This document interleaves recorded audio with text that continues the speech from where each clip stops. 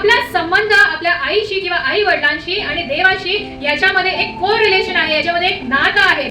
आपलं जे नातं आहे आपल्या जगिक आई वडिलांबरोबर ते चांगलं असणं आज खूप गरजेचं आहे. आपल्या आई वडिलांबरोबर जर नातं ठीक नाही आहे तर आपल्या स्वर्गीय पित्याबरोबर पण नातं ठीक असू शकत नाही. कारण आई आणि लेकरामध्ये तर तो संबंधच नाही आहे ना, तर आपला संबंध आता ते आपण रिलेटच करू शकत नाही ते देवाबरोबरचं नातं ना.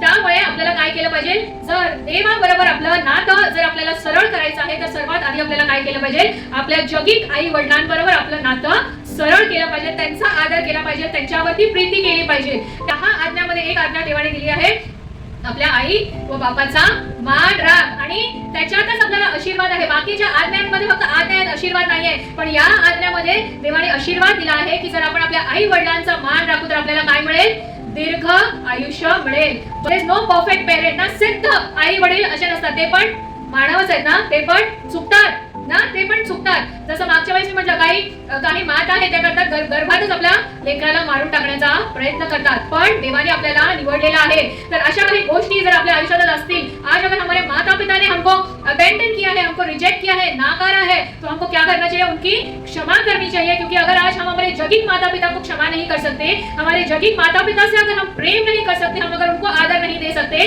तो हम हमारे स्वर्ग पिता को भी वो आदर, वो प्रेम, वो सम्मान नहीं दे सकते. इसलिए पिता परमेश्वर ने हमको क्या की है, आज्ञा दी है कि हमें हमारे माता पिता का क्या करना है, आदर करना है ना. तो आज का हमारा जो विषय था बैरनेस, वांझपना ना, इनफर्टिलिटी ना, आजकल भरपूर मेडिकल सायन्स जो है वो बहुत एडवांस हो गया ना, तो खूप सारे ट्रीटमेंट आला वांझपणा घालवण्यासाठी, परंतु जीवन देणं हे शेवटी देवाच्या हातात आहे. जगिक माता इस समय हमें भूल सकती है, परंतु हमारा स्वर्ग पिता ने क्या किया है, हमारे गर्भ में जब हम रच रहे थे तभी से हमको नाम लेकर उसने पुकारा है, और हमारा नाम उसने कहाँ लिखा है, तो अपने हाथों के ऊपर उसने खोद कर रखा है. लिखा भी नहीं है, खोद कर रखा है, जिसे कोई मिटा नहीं सकता ना. सारा जो है, रेचल जो है वो परमेश्वर के पास प्रार्थना करती है, और परमेश्वर क्या करता है, त्यांचा जो वांझपणा आहे तो काढून टाकतो आणि त्यांची बंद कूस जी आहे ती ओपन करतो ना. तर आपला परमेश्वर जो आहे, जैसे आज का हमारा विषय है